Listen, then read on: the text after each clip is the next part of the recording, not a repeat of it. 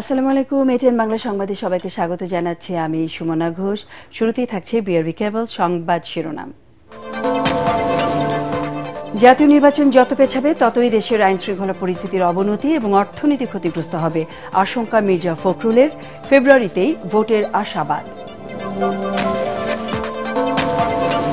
ফ্যাসিবাদের পতন থেকে শিক্ষা না নিলে পরিণতি আওয়ামী লীগের মতোই হবে। নাটোরের পদযাত্রায় নাহিদ ইসলামের হুঁশিয়ারি। যেনতেন ভোটের বিপক্ষে জামায়াত, মিয়া গোলাম পারওয়ার। জরুরি অবস্থা জারির বিধান সংশোধন এবং রাজনৈতিক উদ্দেশ্যে ব্যবহার না করার বিষয়ে একমত দলগুলো। চাপিয়ে দিয়ে নয়, আলোচনার মাধ্যমেই সমাধান, ড আলী রিয়াজ। জুলাই আন্দোলনে মানবতা বিরোধী অপরাধের মামলায় সাবেক প্রধানমন্ত্রী শেখ হাসিনা সহ ৩ জনের বিরুদ্ধে অভিযোগ গঠনের শুনানি শেষ। 10 জুলাই আদেশ। এবং দায়িত্বশীল আচরণ করলে ভয়ের কিছু নেই, সীমা লঙ্ঘনকারীদের ভিন্নভাবে দেখা হবে এনবিআর চেয়ারম্যান। গত বছর ৩,৬৮,০০০ কোটি টাকার রাজস্ব আদায়। শুনছিলেন বিআরবি কেবল সংবাদ শিরোনাম। এবারে বিস্তারিত সংবাদ। জাতীয় নির্বাচন যত দেরি হবে দেশ তত পিছিয়ে যাবে, অর্থনীতি ক্ষতিগ্রস্ত ও আইন শৃঙ্খলা পরিস্থিতির অবনতি হবে বলে আশঙ্কা প্রকাশ করেছেন বিএনপি মহাসচিব মির্জা ফখরুল ইসলাম আলমগীর। সিলেটে এক সভায় তিনি আশা প্রকাশ করে বলেন, এটি বিবেচনায় নিয়ে অন্তর্বর্তী সরকার আসছে ফেব্রুয়ারিতেই জাতীয় নির্বাচন আয়োজন করবে। একই অনুষ্ঠানে দলের নীতি নির্ধারকরা অভিযোগ করেন, মুক্তিযুদ্ধ বিরোধী শক্তি সংখ্যানুপাতিক পদ্ধতিতে ভোট নির্বাচনী পরিবেশের কথা বলে দেশকে গণতান্ত্রিক ধারায় ফিরতে বাধা দিচ্ছে। সিলেট থেকে ইকবাল মুন্সির পাঠানো ছবি ও তথ্য নিয়ে বিস্তারিত জানাচ্ছেন মইনুল আহসান। একদিনের সফরে সিলেট এসে দলের চেয়ারপারসনের উপদেষ্টা এম এ মালিকের আয়োজনে মতবিনিময় সভায় যোগ দেন মহাসচিব, স্থায়ী কমিটির সদস্য সহ বিএনপির সিনিয়র বেশ কয়েকজন নেতা। স্থানীয় একটি কমিউনিটি সেন্টারের সভায় বিএনপির নীতি নির্ধারকরা বলেন, পতিত স্বৈরাচার ও স্বাধীনতা বিরোধী শক্তি নিজেদের স্বার্থ হাসিলের জন্য জাতীয় নির্বাচন নিয়ে নানা ষড়যন্ত্র করছে। সচিবালয় থেকে শুরু করে জেলা উপজেলা প্রশাসনের বিভিন্ন স্তরে এখন পর্যন্ত শেখ হাসিনার লোকেরা রয়ে গেছে, যারা এখন পর্যন্ত ষড়যন্ত্র করছে, যারা চাচ্ছে না যে বাংলাদেশে একটি সুষ্ঠু নির্বাচন হোক। বিএনপি মহাসচিব মির্জা ফখরুল ইসলাম আলমগীর বলেন, ২৪-এর গণ অভ্যুত্থান পরবর্তী নতুন বাংলাদেশ গড়ে তুলতে দেশবাসী এখন তারেক রহমানের দিকে তাকিয়ে আছে। আমরা বাংলাদেশে একটা গণতান্ত্রিক রাষ্ট্র প্রতিষ্ঠা করতে চাই, যেখানে সবার অধিকার পূর্ণ করা হবে, ভোট দিতে পারবে মানুষ, যেখানে কথা বলতে পারবে, বাক স্বাধীনতা থাকবে। সেই দেশ তৈরি করার জন্য আমরা নতুন করে সংগ্রাম শুরু করেছি।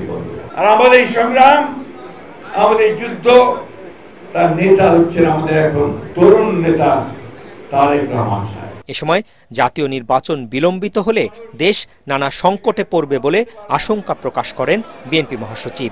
সরকারকে বলতে চাই, অন্য রাজনৈতিক দলগুলোকে বলতে চাই, যত নির্বাচনের দেরি হবে তত বাংলাদেশ পিছিয়ে যাবে। বিনিয়োগ আসবে না, ইনভেস্টমেন্ট হবে না, মবক্রেসি আরো বাড়বে, জুডিশিয়াল সিস্টেম ভেঙে পড়বে, আইন শৃঙ্খলা পরিস্থিতি ভেঙে পড়বে। সেই জন্য দরকার একটা নির্বাচিত সরকার, যে সরকারের পেছনে মানুষ আছে।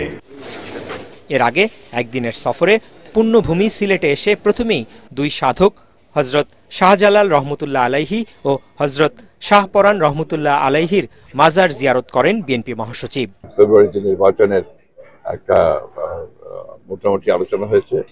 আমরা সবাই আশাবাদী যে এই নির্বাচনের মধ্য দিয়ে দেশ জাতি গণতন্ত্রে ফিরে যাবে।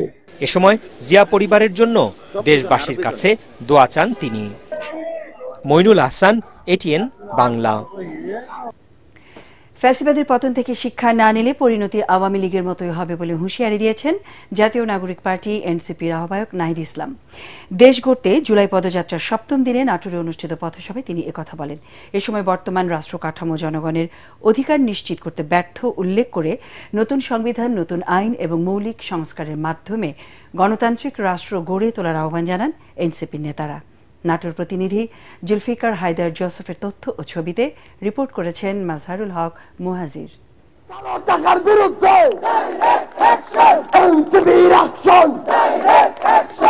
রংপুর বিভাগের পর দেশ গড়তে এনসিপির জুলাই পদযাত্রা এখন চষে বেড়াচ্ছে রাজশাহী বিভাগ।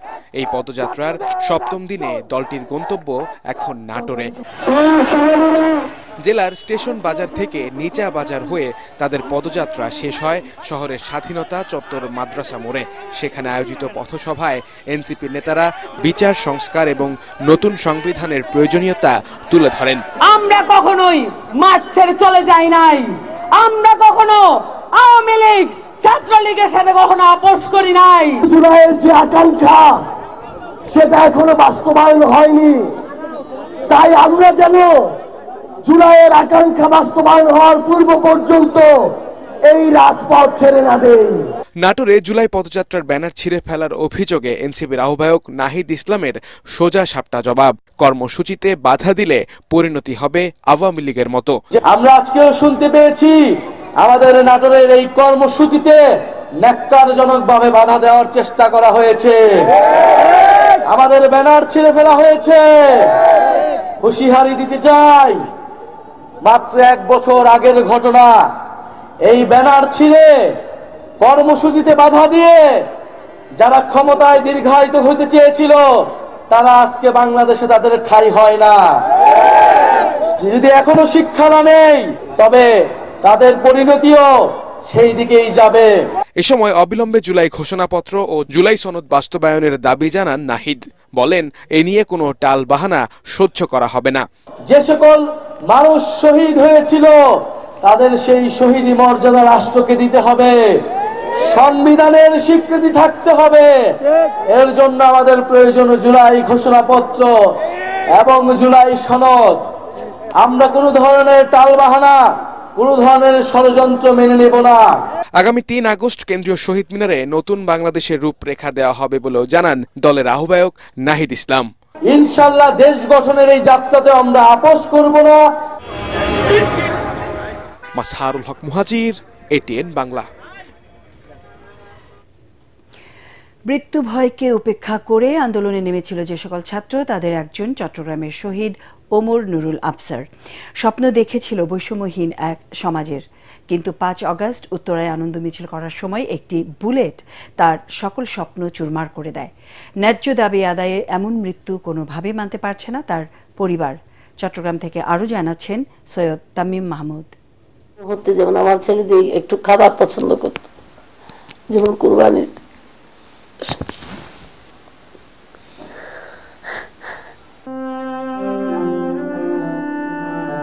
এভাবেই স্মৃতির চিহ্ন হয়ে আছে ওমরের বাসার চেয়ারটি।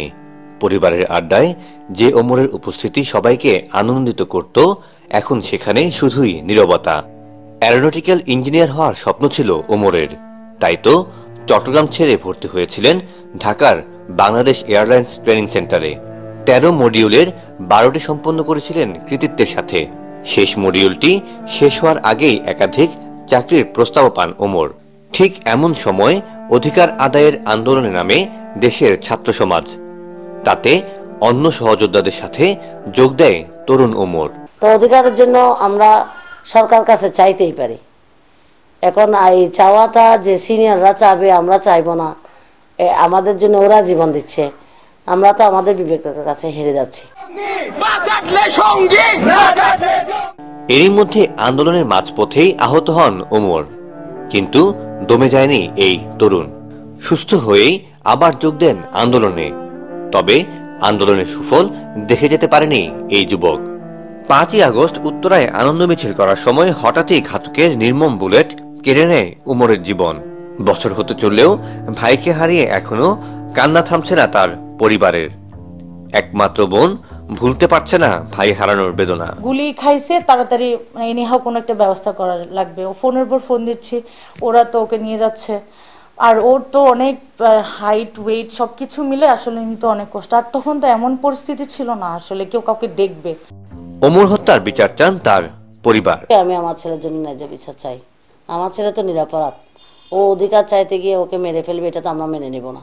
বৈষম্যহীন সমাজের স্বপ্ন দেখতে গিয়ে ওমরের মতো আর কারো প্রাণ যেন এভাবে না যায়, এমনটি জানালেন তার পরিবারের সদস্যরা। সৈয়দ তাম্মিম মাহমুদ, এটিএন বাংলা, চট্টগ্রাম। নির্বাচন পেছানো নয়, লেভেল প্লেয়িং ফিল্ড ছাড়া জামায়াত ইসলাম যেনতেনভাবে নির্বাচন আয়োজনের বিপক্ষে বলে জানিয়েছেন দলটির সেক্রেটারি জেনারেল মিয়া গোলাম পারওয়ার। মহাসমাবেশের প্রস্তুতির অংশ হিসেবে রাজধানীর সোহরাওয়ার্দী উদ্যান পরিদর্শন শেষে তিনি একথা জানান। গোলাম পারওয়ার বলেন, সুষ্ঠু নির্বাচন আয়োজনে সরকারের নিরপেক্ষতা নিয়ে জনমনের সংশয় রয়েছে, তাই লেভেল প্লেয়িং ফিল্ড নিশ্চিতে সরকারকে উদ্যোগী হওয়ার তাগিদ দেন তিনি। আরও জানাচ্ছেন ইয়াসিন রানা। 19 জুলাই মহাসমাবেশকে কেন্দ্র করে ব্যাপক প্রস্তুতি নিচ্ছে জামায়াত ইসলামী। সারা দেশ থেকে লাখ লাখ নেতাকর্মী অংশ নেবেন এই মহাসমাবেশে। সেজন্য সোহরাওয়ার্দী উদ্যানের প্রস্তুতি পরিদর্শনে আসেন জামায়াতের নেতৃবৃন্দ। সুন্দরভাবে সমাবেশ আয়োজনে বিভিন্ন দিক নির্দেশনা দেন তারা। এ সময় দলের সেক্রেটারি জেনারেল মিয়া গোলাম পরোয়ার বলেন, পিয়ার পদ্ধতিতে নির্বাচন, লেভেল প্লেয়িং ফিল্ড, জাতীয় নির্বাচনের আগে স্থানীয় নির্বাচন সহ 7 দফা দাবি তুলে ধরা হবে মহাসমাবেশে। একটি অবাধ, নিরপেক্ষ, গ্রহণযোগ্য নির্বাচনের উদ্দেশ্যে লেভেল প্লেয়িং ফিল্ড, নির্বাচনের পূর্বে প্রয়োজনীয় সংস্কার শেষ করা, মানবতা বিরোধী অপরাধে অভিযুক্তদের বিচারকে দৃশ্যমান করা, পিয়ার পদ্ধতিতে আমাদের জাতীয় নির্বাচনের যে দাবি উঠেছে সর্বমহল থেকে সেটা মেনে নেওয়া, জুলাই অভ্যুত্থানকে নিয়ে যে জুলাই ডিক্লারেশন, যে জুলাই সনদ, সেটা ঘোষণা এবং বাস্তবায়নের জন্য আমরা জুলাই বিপ্লবের প্রথম বার্ষিকী এই জুলাই মাসের মধ্যেই সেটা সরকারকে বাস্তবায়ন এবং ঘোষণার দাবি করেছি। জামায়াতের বক্তব্য ভুলভাবে উপস্থাপন করা হচ্ছে জানিয়ে গোলাম পরোয়ার বলেন, নির্বাচন পেছানোর কথা জামাত কখনো বলেনি। আমরা নির্বাচন পেছানো না করা এ ব্যাপারে কোনো বক্তব্য কখনো রাখি নাই। বক্তব্যটা বুঝতে হবে। আমরা বলেছি, আমাদের আমির সাহেব বলেছেন, নির্বাচন আমরা চাই, কিন্তু সেই নির্বাচন যেন তেন নির্বাচন না হয়। তো যেন তেনর অর্থই হলো কোনো দিকে প্রশাসন ঝুঁকে পড়বে, নিরপেক্ষ হবে না, আবার ইলেকশন ইঞ্জিনিয়ারিং হবে, আবার প্রশাসন জবরদস্তি করবে, কেন্দ্র দখল হবে। এই জাতীয় ইলেকশনকে আমাদের আমিরে জামাত মিন করেছেন। সরকারের নিরপেক্ষতা নিয়ে জনগণের মাঝে সংশয় রয়েছে বলেও মন্তব্য করেন তিনি। সরকার, নির্বাচন কমিশন, সমস্ত প্রশাসন যেন নিরপেক্ষভাবে মানুষের সকল সংশয়কে দূর করে নির্বাচন সুষ্ঠুভাবে পরিচালনার জন্য একটা লেভেল প্লেয়িং ফিল্ড, কোনো দিকে না ঝুঁকে সবার ক্ষেত্রে সমতার ভিত্তিতে যে গণদাবি উঠেছে এটা যেন নিশ্চিত করতে পারেন। মহাসমাবেশে অন্যান্য ইসলামী দল সহ সমমনা দলগুলোর নেতৃবৃন্দ অংশ নেবেন বলে জানান জামায়াতের secretary general. Yasin Rana, ATN Bangla, Dhaka. জরুরি অবস্থা জারির বিধান সংশোধন এবং রাজনৈতিকভাবে তা ব্যবহার না করতে একমত পোষণ করেছে রাজনৈতিক দলগুলো। রাজধানী ফরেন সার্ভিস একাডেমিতে রাজনৈতিক দলের সাথে বৈঠক শেষে সাংবাদিকদের একথা জানান জাতীয় ঐক্যমত্য কমিশনের সহ সভাপতি আলী রিয়াজ। তিনি জানান, উপজেলা পর্যায়ে অধস্তন আদালতের সম্প্রসারণের প্রস্তাবেও একমত পোষণ করেছে সব রাজনৈতিক দল। মনির হোসেন তপুর রিপোর্ট। রাজনৈতিক দলগুলোর সঙ্গে জাতীয় ঐক্যমত্য কমিশনের দ্বিতীয় ধাপের 10ম দিনের বৈঠক অনুষ্ঠিত হয়েছে। 3টি বিষয়ে আলোচনার কথা থাকলেও সময়ের কারণে নারী প্রতিনিধিত্ব নিয়ে আলোচনা করা সম্ভব হয়নি। বিদ্যমান সংবিধানের 141 যে অনুচ্ছেদ আছে তার ক, খ, গ সমস্ত কিছুর ক্ষেত্রেই এইটা সংশোধন, সংযোজন, বিযোজন, পরিবর্তন করার ব্যাপারে ঐক্যমত্য হয়েছে, একমত হওয়া গেছে। দ্বিতীয় যেটার বিষয়ে একমত হওয়া গেছে সেটা হচ্ছে যাতে করে জরুরি অবস্থা কোনো অবস্থাতেই, কোনো পরিস্থিতিতেই রাজনৈতিকভাবে ব্যবহৃত না হয় সেটা নিশ্চিত করার বিষয়ে ঐক্যমত্য হয়েছে। রাজনৈতিক দলের প্রতিনিধিরা জানিয়েছেন, জরুরি অবস্থা যাতে কোনোভাবে রাজনৈতিক উদ্দেশ্য হাসিলের জন্য ব্যবহার না হয়। কারণ দলীয় প্রেসিডেন্ট, দলীয় মন্ত্রিসভা, তাহলে এক লাইনে যদি হয় সংস্কারটা কি হলো? একটা যদি সংসদীয় কমিটি থাকে, এই সংসদীয় কমিটির মধ্যে সরকার থাকবে, বিরোধী দল থাকবে, তাহলে এখানে ব্যালেন্স অফ পাওয়ার থাকবে। রাজনৈতিক কারণে এখানে জরুরি অবস্থা ঘোষণার সুযোগটা হয়তো বা হবে না। আমরা আমাদের দেশের অভিজ্ঞতায় দেখেছি এটাকে রাজনৈতিকভাবে হাতিয়ার হিসেবে ব্যবহার করা হয়েছে, সেটা বন্ধ করতে হবে। জরুরি অবস্থার বিধানের পরিবর্তন ও সংশোধনের বিষয়ে বিস্তারিত আলোচনা সংসদে হওয়া উচিত বলে জানিয়েছেন বিএনপির স্থায়ী কমিটির সদস্য সালাউদ্দিন আহমেদ। তবে সংসদ নয়, বর্তমান সরকারের অধীনেই সব সংস্কার করার দাবি জানিয়েছে এনসিপি। জরুরি আইন বা জরুরি অবস্থা ঘোষণার ক্ষেত্রে যে আইনগুলো, সেই বিধানগুলোতে প্রয়োজনীয় সংস্কার, প্রয়োজনীয় সংশোধনী আনা প্রয়োজন, এই ব্যাপারে একমত। এবং এটা রাজনৈতিকভাবে ব্যবহার করা যাবে না, এই ব্যাপারে একমত। কিন্তু বিস্তারিত কি কি নাগরিক অধিকার স্থগিত হবে না হবে, কি কি বিধান আরো সংযোজিত হবে, পরিবর্তন করা হবে, এই বিষয়ে বিস্তারিত আলোচনা সংসদে হওয়াই ভালো। ঐক্যমত্য কমিশন যদি পার্লামেন্টের দিকেই তাদের আলোচনাকে অগ্রগতি করতে থাকে, সেক্ষেত্রে অবশ্যই আমরা মনে করব যে আমাদের এই যে গোটা আলোচনা, ঐক্যমত্যের আলোচনা, সে আলোচনা অবশ্যই কার্যকর হবে না। ঐক্যমত্য কমিশনের পরবর্তী বৈঠক বৃহস্পতিবার অনুষ্ঠিত হবে। আমি আন্তরিকভাবে মনির হোসেন তপু, এটিএন বাংলা, ঢাকা।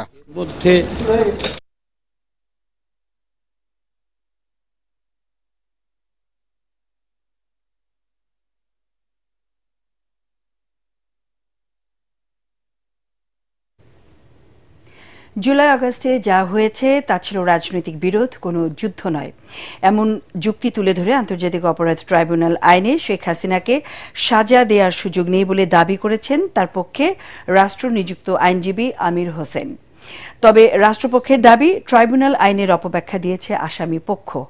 উভয় পক্ষের শুনানি শেষে 10 জুলাই অভিযোগ গঠনের আদেশের দিন ধার্য করেন আন্তর্জাতিক অপরাধ ট্রাইব্যুনাল। বিচারপতি গোলাম মর্তজা মজুমদারের নেতৃত্বাধীন 3 সদস্যের ট্রাইব্যুনাল এই আদেশ দেন। রিপোর্টে আরও জানাচ্ছেন হুমায়ুন চিশতি। বৈষম্য বিরোধী ছাত্র আন্দোলন দমাতে জুলাই আগস্টে ছাত্র জনতার উপরে নির্বিচারে গুলি চালায় আইনশৃঙ্খলা রক্ষাকারী বাহিনী। মারা যায় অন্তত 1,500, আহত হন কমপক্ষে 25,000 মানুষ। ওই সময় সংঘটিত মানবতা বিরোধী অপরাধের দায়ে সুনির্দিষ্ট 5টি অভিযোগে সাবেক প্রধানমন্ত্রী শেখ হাসিনা, সাবেক স্বরাষ্ট্রমন্ত্রী আসাদুজ্জামান খান কামাল ও সাবেক আইজিপি চৌধুরী আব্দুল্লাল মামুনের বিরুদ্ধে আনুষ্ঠানিক অভিযোগ ট্রাইব্যুনালে জমা দেয় প্রসিকিউশন। সোমবার পূর্ব নির্ধারিত শুনানিতে শেখ হাসিনা ও আসাদুজ্জামান খান কামালকে অভিযোগ থেকে অব্যাহতি চেয়ে আইনি যুক্তি তুলে ধরেন রাষ্ট্রনিযুক্ত আসামি পক্ষের আইনজীবী। উনি যদি চাইতেন রাজাকে হত্যা করে ফেলবেন, তাহলে ইতিপূর্বেই পারতেন। উনি ইতিপূর্বে যেহেতু রাজাকারদের হত্যা করেন নাই, আজকে আসে কেন বাচ্চা ছেলেদেরকে হত্যা করবেন? প্রথম কথা। দ্বিতীয় কথা হলো, ওনাদেরকে বলা হয়েছে যে তাপস সাহেবের সঙ্গে উনি ফোনালাপ করেছেন, সেই ফোনালাপে বিভিন্ন ছাত্রদেরকে হত্যার নির্দেশ দিয়েছেন। আমি বলেছি এটা সঠিক না, এরকম কোনো নির্দেশ প্রসিকিউশন পক্ষ থেকে কোনো ডকুমেন্টারি কোনো এভিডেন্স তাদের কাছে নাই। একই সাথে রাষ্ট্রপক্ষের দায়ের করা তথ্য প্রমাণকে রাজনৈতিক উদ্দেশ্য প্রণোদিত ও ভিত্তিহীন বলে দাবি করেন তিনি। যে সমস্ত কথাবার্তা এসছে সেগুলো কল্পিত, উদ্দেশ্য প্রণোদিত, রাজনৈতিক উদ্দেশ্য প্রণোদিত এবং যেগুলো কোনো সত্যিকারের ভিত্তি নাই। তবে আসামি পক্ষের ব্যাখ্যা আইনের অপলাপ বলে দাবি করে প্রসিকিউশন। সুস্পষ্ট করে বলা আছে যে এই আইন প্রণয়নের আগে অথবা পরে যদি কোনো মানবতা বিরোধী অপরাধ সংঘটিত হয় এই বাংলাদেশের টেরিটরির মধ্যে, তাহলে এই ট্রাইব্যুনাল উক্ত অপরাধের বিচার করতে পারবেন। অতএব এটি যে যুদ্ধ অপরাধের আইন, এটি এই আইনের আগাগোড়ার কোথাও বলা নাই। আমরা প্রসিকিউশনরা অভিযোগ গঠনের জন্য আবেদন করেছি, সেটির উপরেই আদেশ হবে আগামী 10 জুলাই 2025। অভিযুক্তদের এই আইনে সাজা দেওয়ার সুযোগ রয়েছে কিনা তা বিচারের মধ্য দিয়ে প্রমাণিত হবে বলে জানায় রাষ্ট্রপক্ষ। এটি সত্য কি মিথ্যা এটি নিরূপণের সময় চার্জ হিয়ারিং নয়। চার্জ হিয়ারিং হলো কোনো আইনগত সুস্পষ্ট ত্রুটি আছে কিনা। সত্য মিথ্যা নির্ধারণ হয় ট্রায়ালে। যদি এটা সত্য না হয় তাহলে ওনারা খালাস পাবেন। আসামিদের সাথে যোগাযোগের কোনো অবকাশ নেই বলে জানিয়েছেন ডিফেন্স কাউন্সিল আমির হোসেন।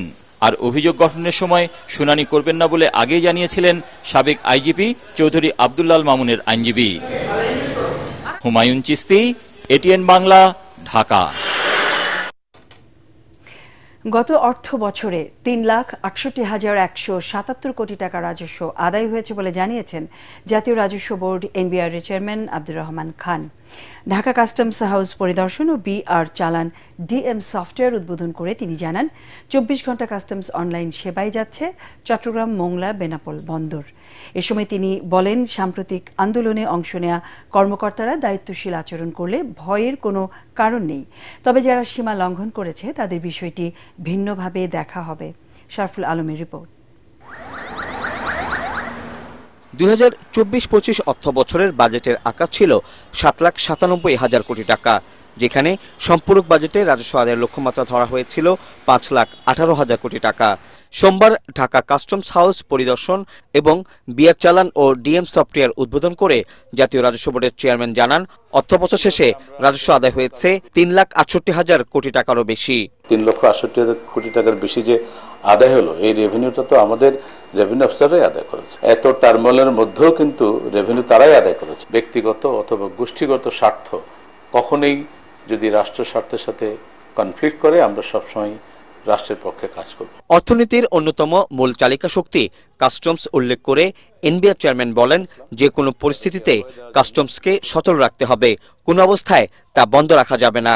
সাম্প্রতিক সময়ে জাতীয় রাজস্ব বোর্ডকে ভেঙে দিয়ে দুই ভাগে বিভক্ত করার প্রতিবাদে করা আন্দোলন নিয়েও কথা বলেন তিনি। যে ঘটনাটা ঘটেছে এটা ছিল সম্পূর্ণ অনাকাঙ্ক্ষিত এবং প্রত্যেকে আমরা চেষ্টা করব এটাকে কভার করার জন্য যার যার মতো করে।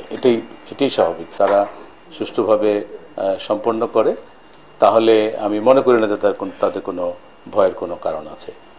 আর কেউ কেউ হয়তো একটু না অনেক বড় আকারেরই যেটা আমরা বলবো যে সীমা লঙ্ঘন করেছে, সেটা হয়তো ভিন্নভাবে দেখা হবে। তবে সাধারণভাবে আমার মনে হয় না যে কারো কোনো ভয়ের কোনো কারণ আছে। এত টার্মোলের মধ্যেও কিন্তু রেভিনিউ তারাই আদায় করেছে। ব্যবসায়ীরা যেন সব ধরনের রাজস্ব সুবিধা পায়, কর্মকর্তাদের সেই নির্দেশনা দেওয়া হয়েছে জানিয়ে এনবিআর চেয়ারম্যান বলেন, পুরোপুরি অনলাইন সেবায় যুক্ত হচ্ছে চট্টগ্রাম, মোংলা, বেনাপোল বন্দর। সোমবার থেকেই এই কার্যক্রম শুরু হয়েছে। সপ্তাহখানেকের মধ্যেই শতভাগ কাজ শেষ হবে বলেও আশাবাদী এনবিআর। শরফুল আলম, এটিএন বাংলা, ঢাকা।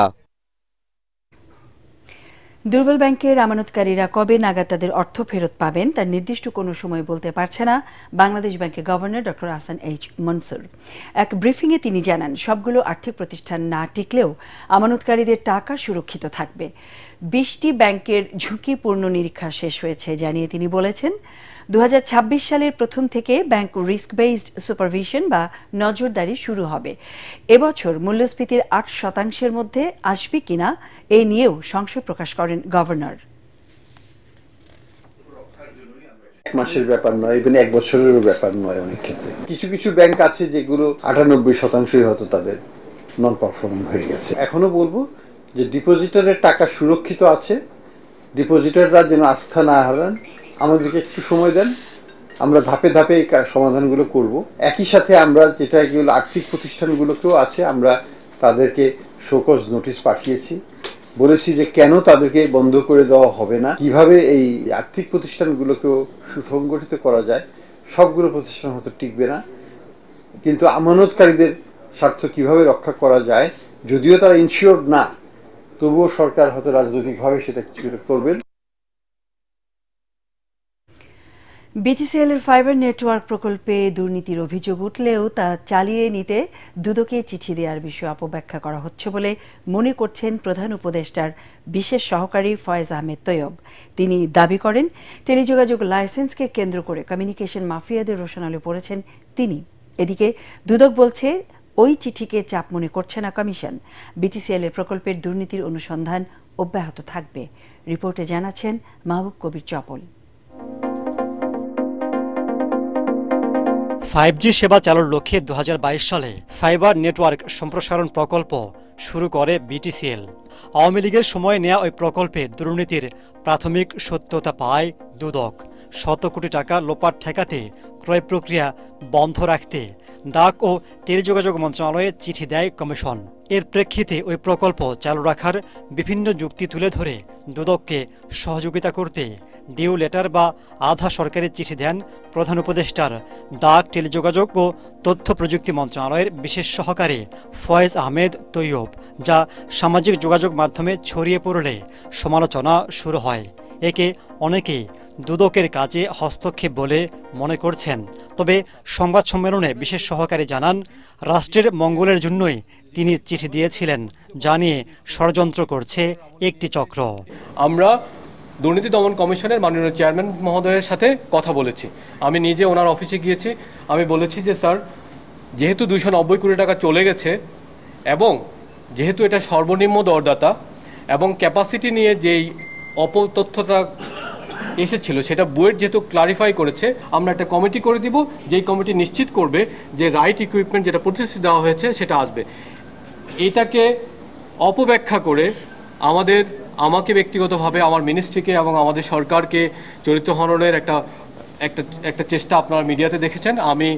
আমি এর নিন্দা জানাই। একদল স্বৈরাচারের দোসর এবং মাফিয়া ব্যবসায়ী যারা সিন্ডিকেট তৈরি করছিল, যারা এই সিন্ডিকেট ভাঙতে চায় না এবং যারা এই সিন্ডিকেট ভেঙে নতুনদেরকে এই ব্যবসায় টেলিকম ব্যবসায় আসতে দিতে চায় না, তারা এই ধরনের অপতথ্য ছড়াচ্ছে বলে আমি মনে করি।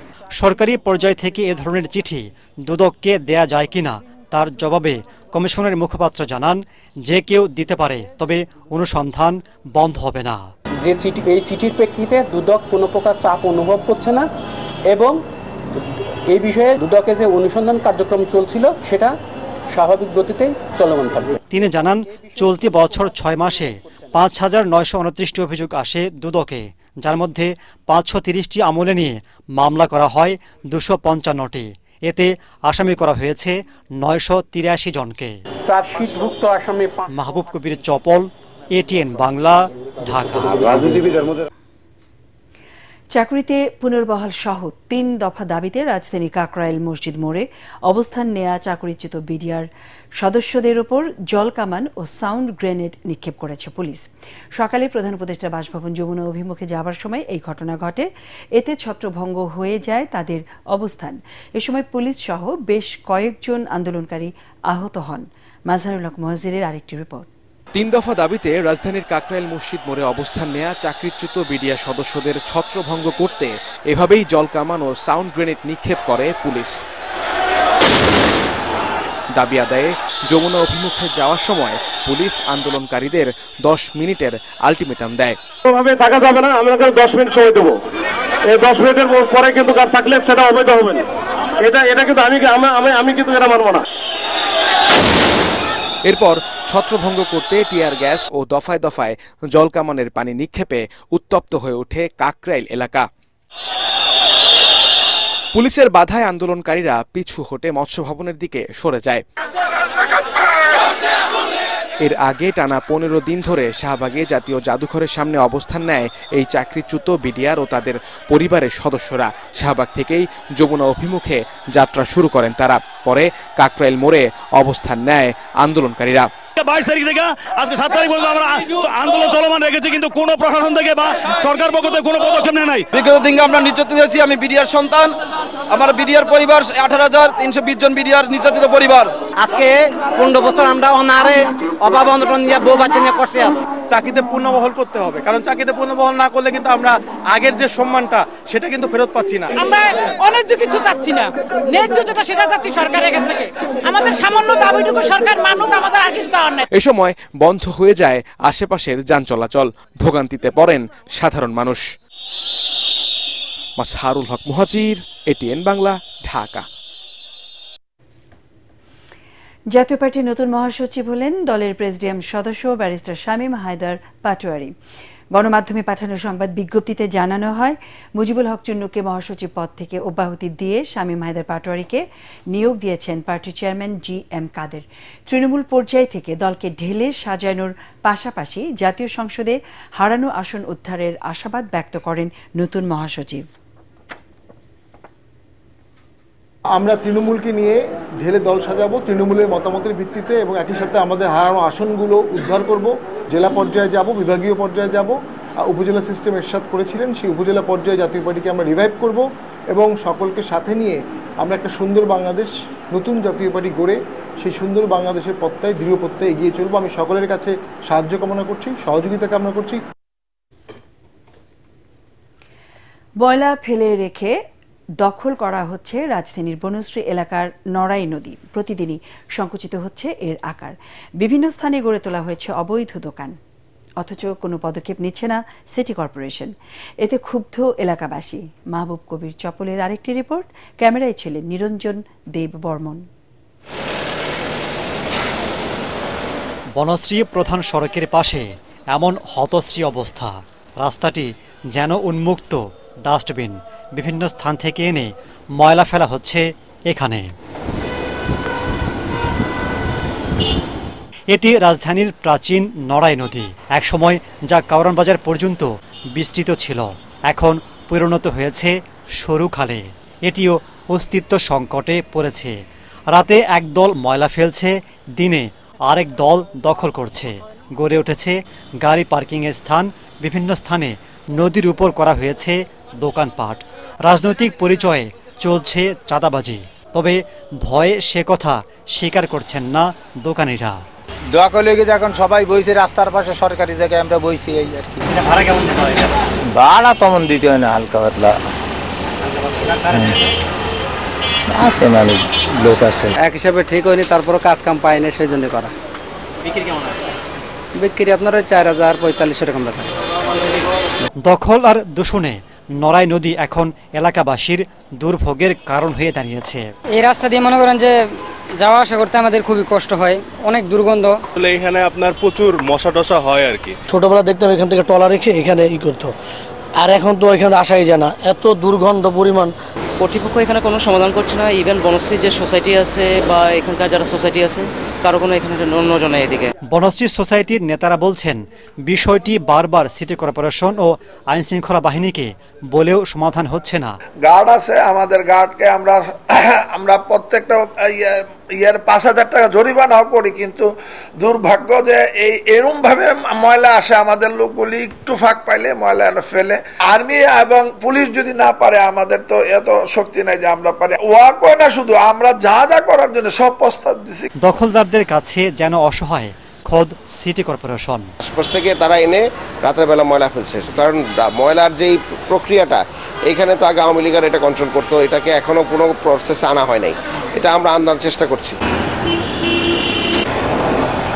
হাতিরঝিল, আফতাবনগর, রামপুরা, বনশ্রী এলাকার পানি নিষ্কাশনের অন্যতম পথ হচ্ছে এই নড়াই নদী। এই পথে পানি প্রবাহিত হয় বালু নদীতে।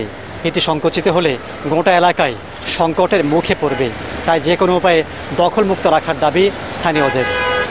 মাহবুব কবির চপল, এটিএন বাংলা, রামপুরা, ঢাকা। সর্বদা নেতৃত্বের প্রতি অনুগত থেকে অর্পিত দায়িত্ব সুষ্ঠুভাবে পালনে প্রেসিডেন্ট গার্ড রেজিমেন্টের সদস্যদের নির্দেশ দিয়েছেন রাষ্ট্রপতি মোহাম্মদ শাহাবুদ্দিন। আজ যথাযথ উৎসাহ ও উদ্দীপনার মধ্য দিয়ে পালিত হয় পিজিআর এর সুবর্ণ জয়ন্তী। 50তম প্রতিষ্ঠা বার্ষিকী উপলক্ষে সকালে পিজিআর সদর দপ্তরে রাষ্ট্রপতি মোহাম্মদ শাহাবুদ্দিনকে অভ্যর্থনা জানান সেনাবাহিনী প্রধান জেনারেল ওয়াকারুজ্জামান। এ সময় প্রেসিডেন্ট গার্ড রেজিমেন্টের কোয়ার্টার গার্ড পরিদর্শন করেন রাষ্ট্রপতি। কুশল বিনিময় করেন রেজিমেন্টের অফিসার ও জেসিওদের সাথে। পরে পিজিআর এর সকল পর্যায়ের অফিসার, জুনিয়র কমিশনড অফিসার সহ অন্যান্য পদবীর সদস্যদের উদ্দেশ্যে আয়োজিত দরবারে বক্তব্য রাখেন তিনি। বক্তব্যের শুরুতে মহান মুক্তিযুদ্ধে আত্মত্যাগকারী বীর শহীদদের পাশাপাশি প্রেসিডেন্ট গার্ড রেজিমেন্টের 5 জন শহীদ সহ প্রয়াত সৈনিকদের স্মরণ করে তাদের আত্মার মাগফিরাত কামনা করেন। এছাড়াও পিজিআর সদস্যদের একাগ্রতা, নিষ্ঠা, শৃঙ্খলাবোধ ও পেশাগত দক্ষতার প্রশংসা করেন রাষ্ট্রপতি।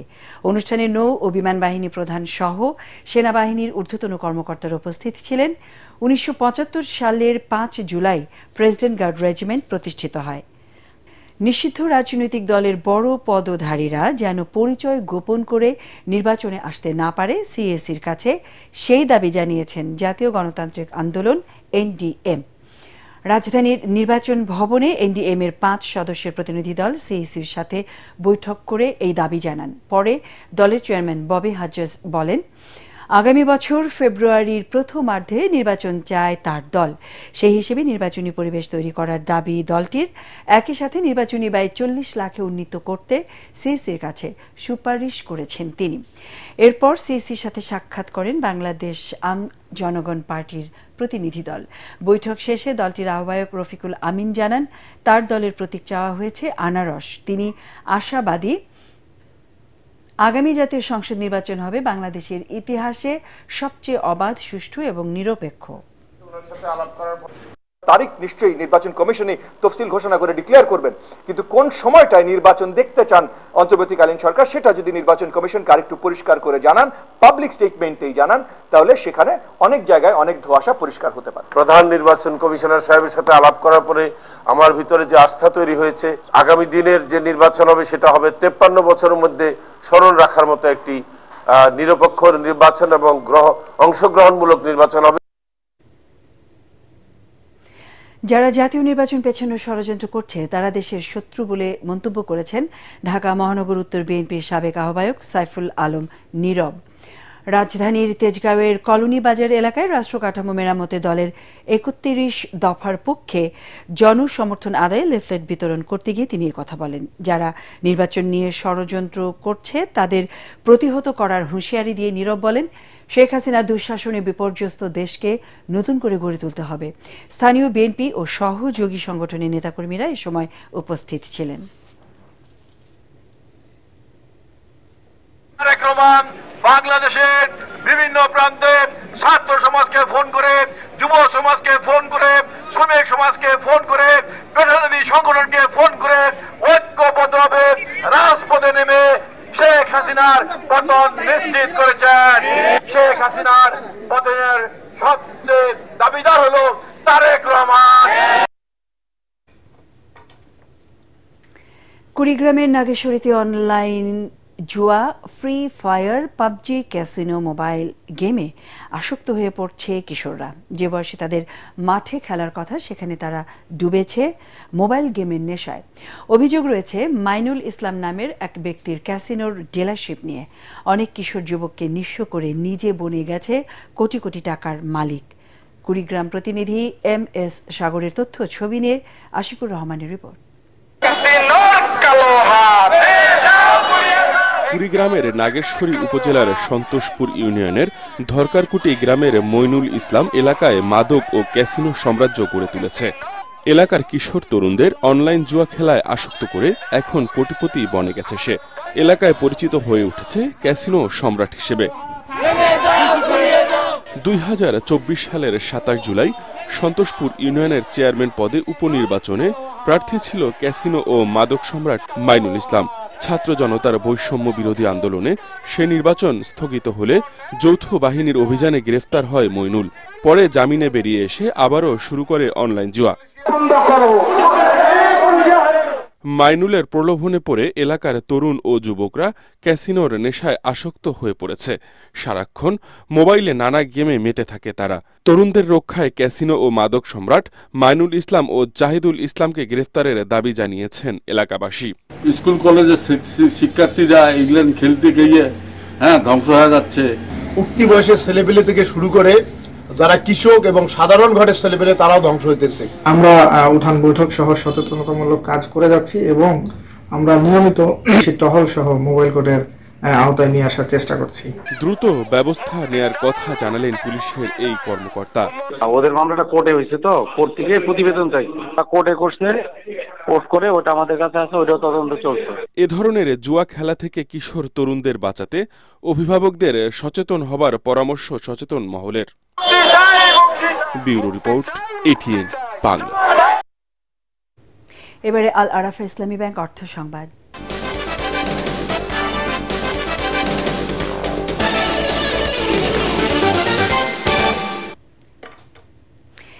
আগামী 6 মাসের জন্য চট্টগ্রাম বন্দরের নিউ মুরিং কন্টেইনার টার্মিনাল পরিচালনার দায়িত্ব পেয়ে কাজ শুরু করেছে চিটাগাং ড্রাই ডক লিমিটেড। এর মধ্য দিয়ে অবসান হলো তরফদার যুগের। বন্দরের নতুন এই উদ্যোগকে ঐতিহাসিক পরিবর্তন হিসেবে দেখছেন অংশীজনেরা। চট্টগ্রাম প্রতিনিধি সৈয়দ তামিম মাহমুদের আরেকটি রিপোর্ট। দেশের মোট আমদানি রপ্তানি বাণিজ্যের প্রায় 92% পরিচালিত হয় চট্টগ্রাম বন্দর দিয়ে। ক্রমবর্ধমান চাপ সামাল দিতে 2007 সালে 469 কোটি টাকা ব্যয়ে নির্মাণ করা হয় new mooring container terminal NCT। নির্মাণের পর থেকে গত 17 বছর ধরে কন্টেইনার টার্মিনালটির ব্যবস্থাপনায় ছিল সাইফ পাওয়ারটেক। পরিচালনাকালে নানা কারণে বিতর্কিত হয় প্রতিষ্ঠানটি। অবশেষে শেষ হয়েছে তরফদার যুগের। আগামী 6 মাস টার্মিনালটি পরিচালনা করবে নৌবাহিনীর চিটাগাং ড্রাই ডক লিমিটেড। পূর্বের অপারেটরের সাথে কাজ করা শ্রমিক কর্মচারীরাই এর পরিচালনার দায়িত্বে থাকবে বলে জানিয়েছেন বন্দর কর্তৃপক্ষ। আমাদের কোনো সিস্টেমে কোনো চেঞ্জ আসে নাই, কোনো কার্যপ্রক্রিয়ার মধ্যে কোনো চেঞ্জ আসে নাই, আমাদের কম্পিউটার সিস্টেমে কোনো চেঞ্জ আসে নাই। সবকিছুই যথারীতি চলছে এবং স্মুথলি রান করছে। এক্ষেত্রে আমাদের চট্টগ্রাম বন্দরের কোনো রকম কোনো অসুবিধা নেই, ইউজারের পক্ষ থেকে কোনো অসুবিধা নেই, স্টেক হোল্ডারদের পক্ষ থেকেও কোনো অসুবিধা নেই। শুরু থেকে 2023 সাল পর্যন্ত NCT পরিচালনায় বিভিন্ন যন্ত্রপাতি কিনতে চট্টগ্রাম বন্দর খরচ করেছে প্রায় 2,500 কোটি টাকা। 2024 সালে চট্টগ্রাম বন্দরে 32,75,627 একক কন্টেনার হ্যান্ডলিং হয়, যার মধ্যে নিউ মুরিং কন্টেনার টার্মিনালে হ্যান্ডলিং হয়েছে 12,81,000 একক কন্টেইনার, যা একই বছরের মোট কন্টেনার হ্যান্ডলিংয়ের 44%। বন্দর ব্যবহারকারীরা চান এই ধারাবাহিকতা বজায় থাকুক। যাদের হাতে ছিল তারাও যে খারাপ সার্ভিস দিচ্ছে সেটা বলবো না, কিন্তু আমরা এই নেভির তত্ত্বাবধানে যে প্রশাসন এখন NCT-তে বসবে তাদের থেকে আরো বেশি ভালো উন্নত মানের সেবা আমরা প্রত্যাশা করব। আমাদের যে টার্ন অন টাইম সেটা যেন আগের মতো থাকে কিংবা তার থেকে যেন আরও ভালো উন্নত মানের সেবা হয়, আমরা সেই দিকটাতেই আমরা আশা রাখছি। আমাদের যে সময় এবং অর্থ দুটোই যেন সাশ্রয় হয়। এনসিটি টার্মিনালে রয়েছে 5টি জেটি, এর 4টিতে সমুদ্রগামী জাহাজ ও একটিতে অভ্যন্তরীণ নৌরুটের জাহাজ ভিড়তে পারে। এছাড়াও চট্টগ্রাম বন্দরের 18টি গেন্ট্রি ক্রেনের মধ্যে 14টি আছে নিউমোরিং কন্টেইনার টার্মিনালে। সৈয়দ তামিম মাহমুদ, এটিএন বাংলা, চট্টগ্রাম। এবার আন্তর্জাতিক সংবাদ।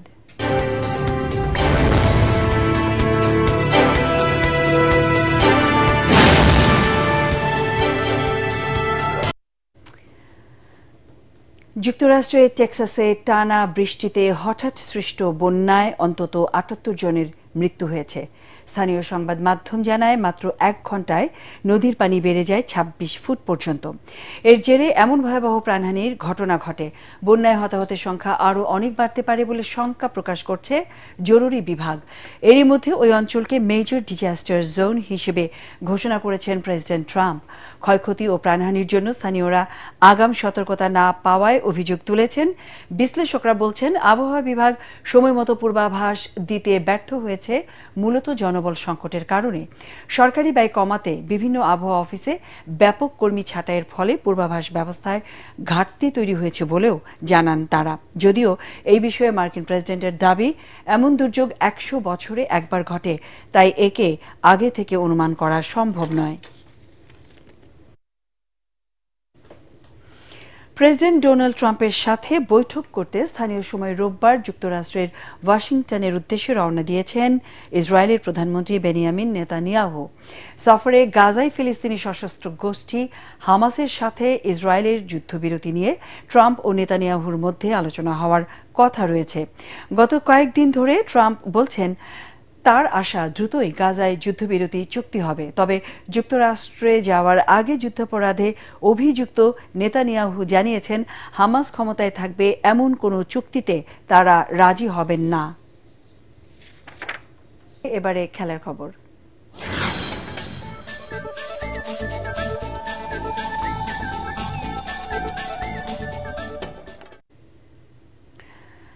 স্বাগতিক শ্রীলঙ্কাকে পরাজিত করে ওয়ানডে সিরিজ জয়ের লক্ষ্য বাংলাদেশের। আর তৃতীয় ও শেষ ওয়ানডে জিতে লঙ্কান সিংহরা চাইছে জয়ের ধারায় ফিরতে। 3 ম্যাচের সিরিজের 1-1 সমতা চলছে। পাল্লিকেলেতে সিরিজ নির্ধারণী দিবারাত্রির ম্যাচটি শুরু হবে বাংলাদেশ সময় মঙ্গলবার বিকেল 3টায়। পরাগারমানের রিপোর্ট। শ্রীলঙ্কার বিপক্ষে মঙ্গলবারের ম্যাচটি বাংলাদেশের জন্য শুধুমাত্র সিরিজ জয়ের মিশন নয়, তার চেয়ে বেশি র্যাঙ্কিংয়ে এগিয়ে যাওয়ার, সেই সঙ্গে আগামী বিশ্বকাপে সরাসরি খেলার লড়াইও। কারণ আইসিসি র্যাঙ্কিংয়ে শীর্ষ 8টি দল সরাসরি দক্ষিণ আফ্রিকা বিশ্বকাপে অংশ নেবে। পরের 6টি দল বাছাই পর্ব পেরিয়ে বিশ্বকাপে আসবে। মেহেদী হাসান মিরাজ বাহিনী নিশ্চয়ই বাছাই পর্বের ঝামেলায় যেতে চাইবেন না। পরিশ্রমী সৌভাগ্যের প্রস্তুতি, তাই সিরিজ জয়ে কঠোর পরিশ্রম করে যাচ্ছে টাইগার বাহিনী। এদিকে বাংলাদেশ দলে 2টি পরিবর্তন হওয়ার সম্ভাবনা রয়েছে। ইনজুরি আক্রান্ত নাজমুল হোসেন শান্তর পরিবর্তে খেলতে পারেন লিটন দাস, আর হাসান মাহমুদের জায়গায় দেখা যাবে পেসার তাসকিন আহমেদকে। ওয়ার্কলোড ম্যানেজমেন্টের কারণে দ্বিতীয় ওয়ানডেতে তাসকিনকে খেলানো হয়নি। এদিকে নিজেদের মাঠে দর্শক সমর্থন নিয়ে শ্রীলঙ্কাও বাংলাদেশকে হারানোর জন্য মাঠে নামবে। তাদের লক্ষ্য থাকবে উদ্বোধনীতে ভালো শুরুর পর মিডল ও লোয়ার অর্ডারে কয়েকটি জুটি করে টার্গেটটা টাইগারদের নাগালের বাইরে নিয়ে যাওয়ার। তবে কথা হলো, ভাগ্য সবসময়ই পরিশ্রমীদের পক্ষেই থাকে। সেই পরিশ্রমটা বাংলাদেশ যথাযথভাবে করতে পারলে কলম্বোর মতো পাল্লেকেলেতেও হাসবে বিজয়ের হাসি। পরাগারমান, এটিএন বাংলা। অবশেষে গ্লোবাল টি-20 লিগে খেলছেন বাংলাদেশের অলরাউন্ডার সাকিব আল হাসান। শুরুতে রংপুর রাইডার্সের হয়ে গ্লোবাল টি-20 লিগ খেলার কথা ছিল সাকিবের, তবে চলমান পরিস্থিতি বিবেচনায় বাংলাদেশের ফ্র্যাঞ্চাইজি তাকে দলে নেয়নি। কিন্তু সংযুক্ত আরব আমিরাতের IL টি-20 আসরের দল দুবাই ক্যাপিটালসে ঠিকই ডাক পেয়েছেন সাকিব। দক্ষিণ আফ্রিকান স্পিনিং অলরাউন্ডার কেশব মাহারাজের বিকল্প হিসেবে খেলবেন সাকিব আল হাসান। 10 জুলাই গায়ানের প্রভিডেন্স স্টেডিয়ামে টুর্নামেন্টের উদ্বোধনী ম্যাচে নিউজিল্যান্ডের সেন্টার ডিস্ট্রিক্টসের মুখোমুখি হবে দুবাই। সংবাদ শেষ করব তার আগে বিআরবি কেবল সংবাদ শিরোনাম আরও একবার। জাতীয় নির্বাচন যত পেছাবে ততই দেশের আইন শৃঙ্খলা পরিস্থিতির অবনতি এবং অর্থনীতি ক্ষতিগ্রস্ত হবে, আশঙ্কা মির্জা ফখরুলের। ফেব্রুয়ারিতেই ভোটের আশাবাদ। ফ্যাসিবাদের পতন থেকে শিক্ষা না নিলে পরিণতি আওয়ামী লীগের মতোই হবে, নাটোরের পদযাত্রায় নাহিদ ইসলামের হুঁশিয়ারি। যেনতেন ভোটের বিপক্ষে জামায়াত, মিয়া গোলাম পারওয়ার। জরুরি অবস্থা জারির বিধান সংশোধন এবং রাজনৈতিক উদ্দেশ্যে ব্যবহার না করার বিষয়ে একমত দলগুলো, চাপিয়ে দিয়ে নয়, আলোচনার মাধ্যমেই সমাধান। ডক্টর আলী রিয়াজ। জুলাই আন্দোলনে মানবতা বিরোধী অপরাধের মামলায় সাবেক প্রধানমন্ত্রী শেখ হাসিনা সহ 3 জনের বিরুদ্ধে অভিযোগ গঠনের শুনানি শেষ, 10 জুলাই আদেশ। এবং দায়িত্বশীল আচরণ করলে ভয় নেই, সীমা লঙ্ঘনকারীদের ভিন্নভাবে দেখা হবে এনবিআর চেয়ারম্যান। গেল অর্থ বছরে 3,68,000 কোটি টাকার রাজস্ব আদায়। আমাদের পরের সংবাদ দেখার আমন্ত্রণ জানিয়ে এখনকার মতো শেষ করছি। এটিএন বাংলা সংবাদ ইউটিউবে দেখতে ব্রাউজ করুন youtube/ATN Bangla News। ধন্যবাদ।